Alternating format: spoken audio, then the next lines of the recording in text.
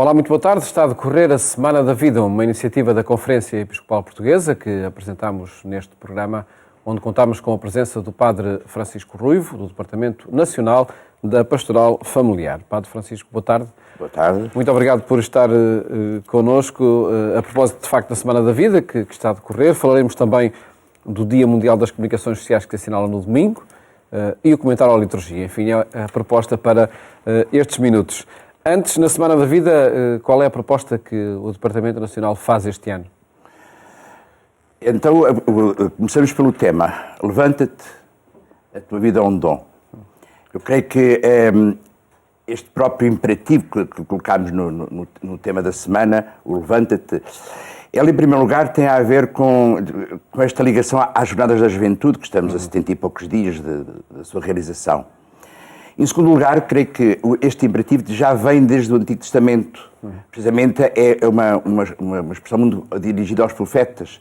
O que significa que cada família, cada cristão tem que viver sempre nesta dimensão deste imperativo que se nos coloca, sair do nosso comodismo, da nossa desinstalação e pôr-nos a caminho. Fazermos a grande viagem da vida. E, por outro lado, na medida em que nos levantamos e nos pomos a caminho, fazemos da nossa vida um dom. Isto é, o estar ao serviço do próximo. Portanto, o tema começou por aqui. Depois temos uma proposta de atividades, muitas delas centradas na vida da comunidade, a grande família, não é, do povo de Deus, uma adoração eucarística no Dia Internacional da Família, que celebrámos agora na segunda-feira passada, no dia 15. Temos a oração do terço para ser rezado em família ou na comunidade, conforme entender. E temos propriamente atividades que têm para se fazer em família. Uns puzzles, uns quiz, no fundo, onde possam as famílias encontrar-se e sentirem-se desafiadas permanentemente à missão. E que sinal querem passar também para toda a sociedade desta afirmação da família e da vida enquanto dom que é necessário proteger?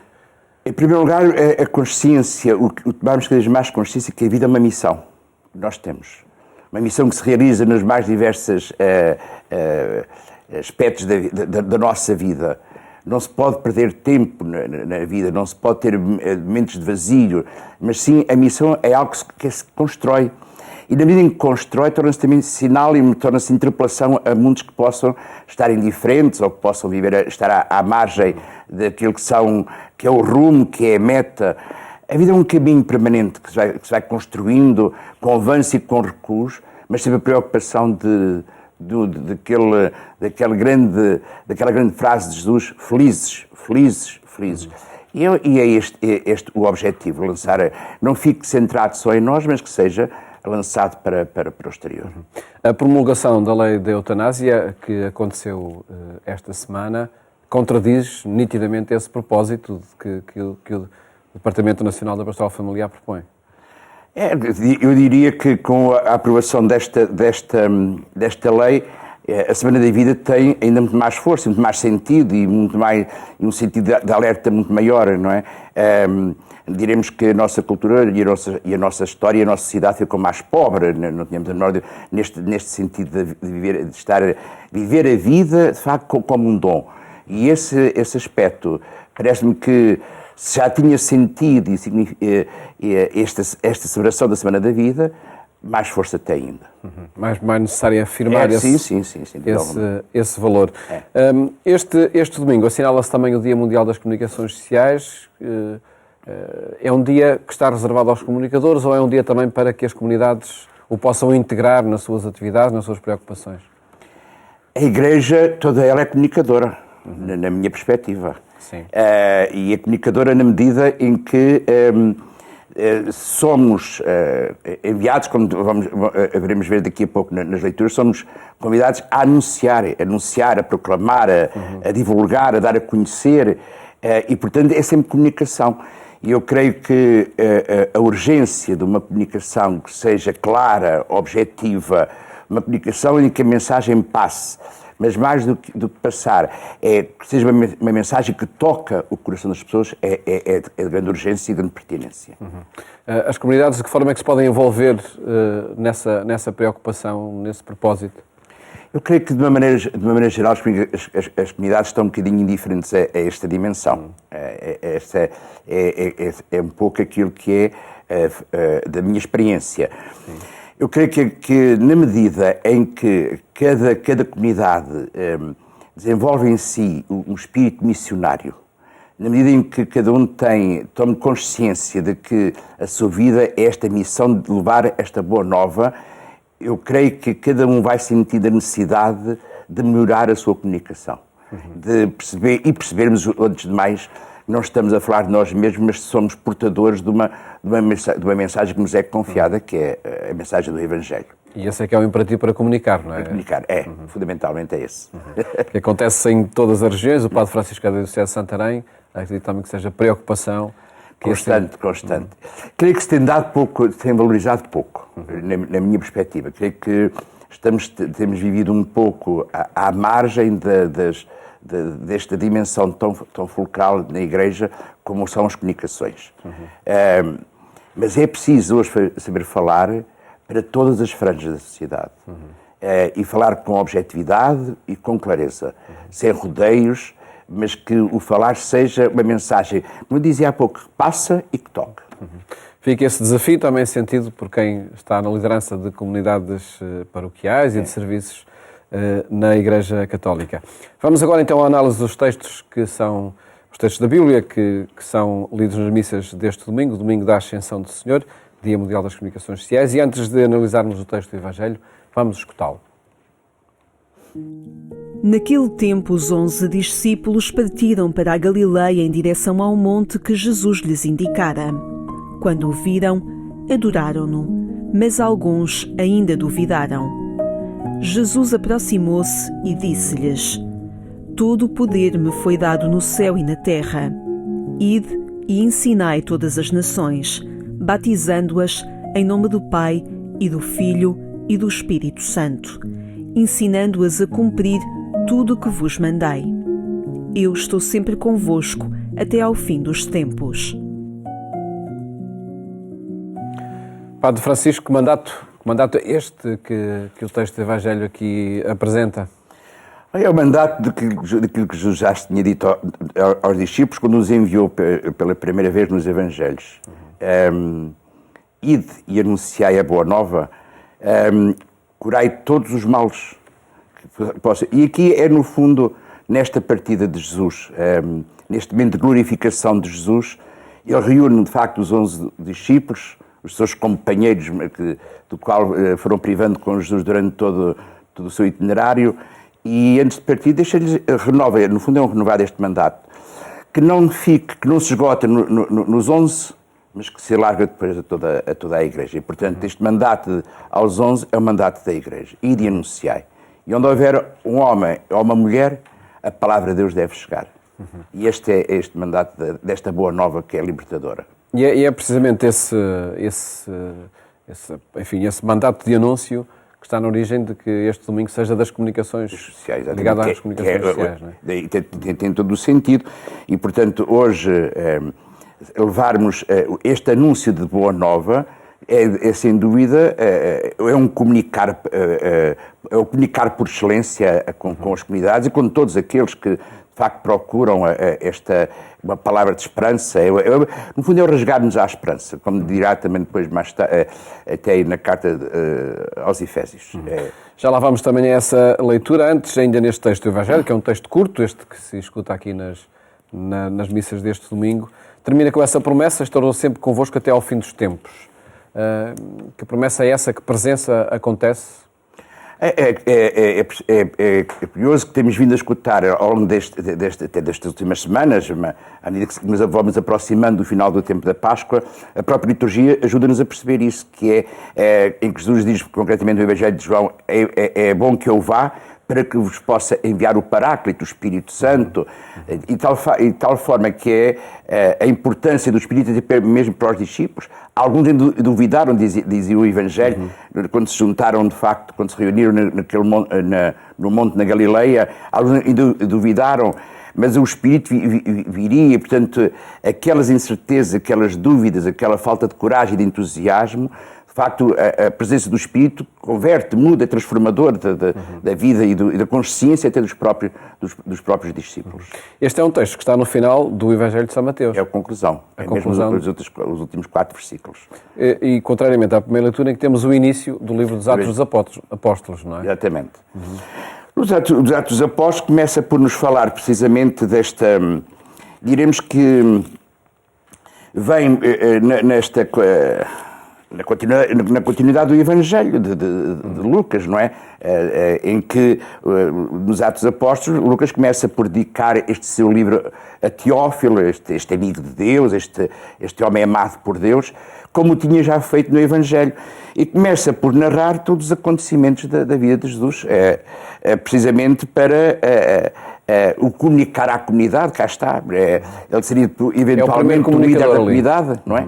E como líder da comunidade era o comunicar tudo isto à comunidade para fortalecer a fé. Não esqueçamos que estamos nos anos 80, 90, em que este livro é redigido, e vivia-se uma profunda crise já nas comunidades cristãs, até pelos anticristos que iam surgindo, pelas diversas filosofias que surgiam, e portanto isso abanava um bocado e estremecia um bocadinho a fé das comunidades. E este Teófilo será, de facto, o grande portador desta mensagem das comunidades. De facto, aponta para o início de uma vida em comunidade, quando narra o Jesus que se elevou à vista deles para o céu. Há aqui também um entregar, enfim, um confiar. Um confiar precisamente na comunidade do que foi a missão de Jesus, que agora continua na comunidade. De tal forma que nós depois olhamos para este relato em que os próprios discípulos ficaram a olhar para o céu, não é? No fundo, o que mostra-nos sem dúvida que o Evangelho não se comunica, o anúncio não se realiza precisamente olhando para o ar, mas é o encarnar a realidade dos homens, é o mergulhar na história dos homens, tal como Jesus tinha feito.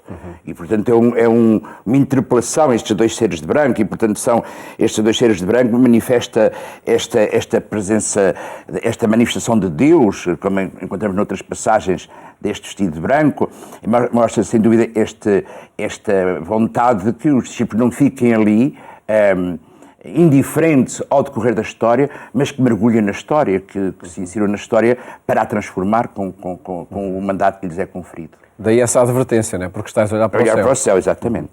Que diz é de facto no dia a dia, não é? Exatamente, é. Depois, o texto da segunda leitura, a carta aos Efésios, colocou à sua direita nos céus.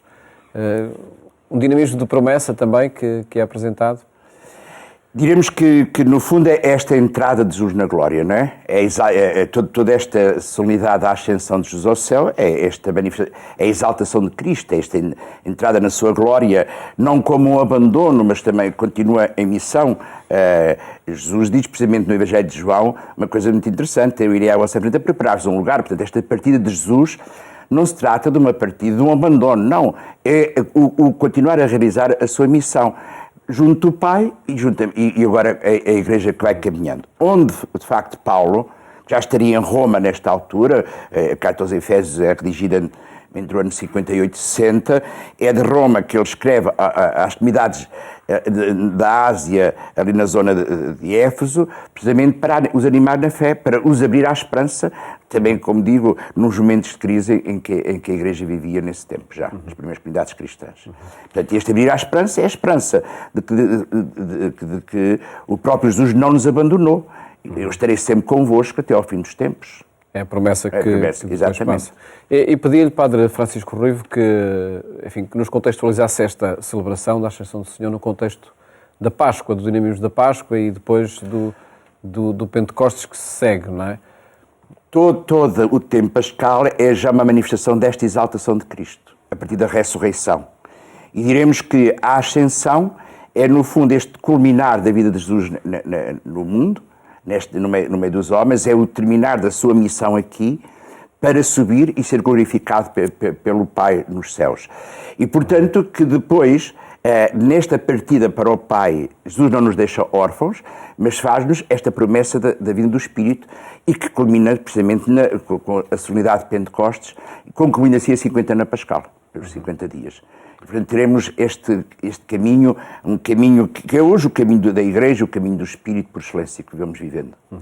Padre Francisco Ruivo integra o Departamento Nacional da Pastoral Familiar e gostava de que nesta reta final do nosso programa, olhássemos o que foi o trabalho deste departamento ao longo dos últimos anos, marcado sem dúvida nenhuma por acontecimentos internacionais, não é? Do Encontro Mundial das Famílias, enfim, que aconteceu em Roma. Que passos foram dados ao longo destes tempos em prol da família, da valorização da família, da integração também de diferentes experiências familiares?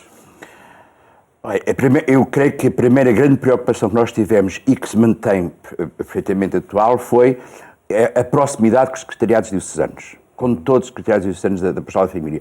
A preocupação que em cada diocese existisse um secretariado da Pastoral da Família.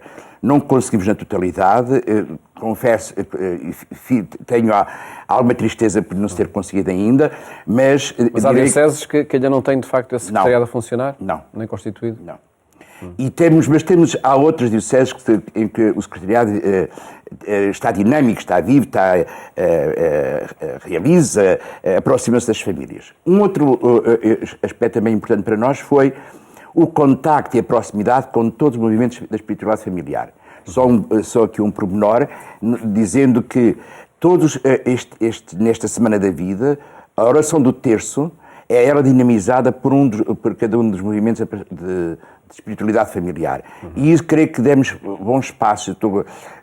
Vivo alegremente por esta proximidade de secretariados e movimentos. Este foi um trabalho, é quase um trabalho de bastidores, mas que é fundamental. Depois tivemos esta preocupação de convocar e de reunir com alguma regularidade os secretariados dos movimentos, sempre, e tivemos este itinerário, este caminho que agora estamos a fazer para o Encontro da Juventude, tivemos para as famílias, precisamente culminando no Encontro Mundial das Famílias em junho passado. Foi sempre, tivemos pena que não pudesse ir todas as famílias como para ser a grande festa, de facto, das famílias, mas era apenas por representação e isso foram consequências da pandemia, não é? Sim, só por isso.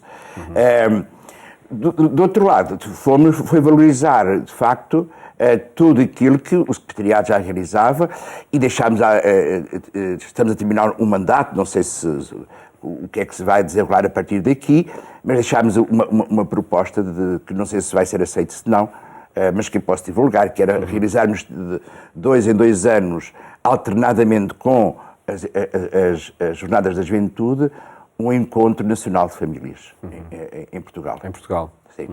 Então vamos ver, mas isso é uma proposta que lançámos. Que entretanto quem assumirá ou quem continuará essa responsabilidade no Departamento Nacional da Pastoral Familiar. E que marco se constituiu com esse encontro de junho, do Encontro Mundial das Famílias? Que marco se constituiu? Que desafios se lançaram para a pastoral familiar? Olha, Paulo, eu diria que a primeira coisa, quem participou foram os mais beneficiados. Foi a experiência vivida. Foi a experiência partilhada, foi a experiência de encontro com todas as famílias do mundo inteiro, nos momentos celebrativos, nos momentos culturais, nos momentos catequéticos, muito testemunhal, algo muito, de facto, muito existencial, todo o encontro assim marcado. De qualquer dos modos, eu diria que este momento celebrativo não deixa de ser e reavivar aquilo que são as preocupações de hoje para as famílias. Portanto, no fundo, um reavivar. Eu diria que escusamos andar à procura de mais desafios para a família, porque já temos tantos em mão que é bom que lhe demos corpo, que sejamos capazes de tocar cada família. Mas é necessário atender e ter proximidade com cada identidade, com cada projeto familiar que esteja em curso, para a partir daí apresentar a proposta. Exatamente. Isso é fundamental. Quer dizer, não sejam projetos feitos só da nossa intuição, mas sejam projetos que venham de momentos de partilha e de momentos de reflexão com a vida concreta das famílias. A partir daí é que estes projetos do Departamento teriam sentido. Senão... Mesmo que ponham em causa até modelos que estão... Modelos, exatamente. E esse pode ser um desafio também que o próprio Departamento tenha, não é? E temos, é curioso que eu estava com uma... Só para partilhar aqui uma experiência. E agora, na segunda-feira passada, quando estávamos na adoração eucarística, precisamente com as famílias, havia uma senhora que está divorciada e dizia: eu tenho sempre muita dificuldade em participar nestes momentos, porque quase que se esquece ou se ignora outro tipo de família. Percebe? E isto não me passou indiferente, mas nós falamos muito para a família estruturada, os pais e os filhos, e há gente tão boa que de facto não teve a oportunidade de ter uma família feliz, mas que são igualmente bons quanto as famílias. E são igualmente família. Que atenção é preciso dar a essas pessoas. É isso. Essa foi a interpelação grande com que eu fiquei daquela vigília de oração. Portanto, é importante não ficarmos apenas nas famílias estruturadas e nas famílias que corre tudo bem. É preciso irmos a outras realidades familiares. Esse encontro bianual das famílias integra também esses diferentes nós chegámos aí, mas é bom que integre. Só assim fará sentido. Exatamente. Padre Francisco Ruivo, agradeço-lhe ter estado aqui neste comentário à liturgia de domingo e também a olhar o trabalho que o Departamento Nacional faz junto das famílias. Muito obrigado. Muito obrigado. Boa tarde a todos. Programa Eclésia. Acompanhe a informação que partilhamos consigo no portal da Agência Eclésia, onde pode também rever este programa, assim como aqueles que partilhamos consigo na Antena 1. Desejo-lhe uma ótima tarde, bom fim de semana, até à próxima segunda-feira, se Deus quiser.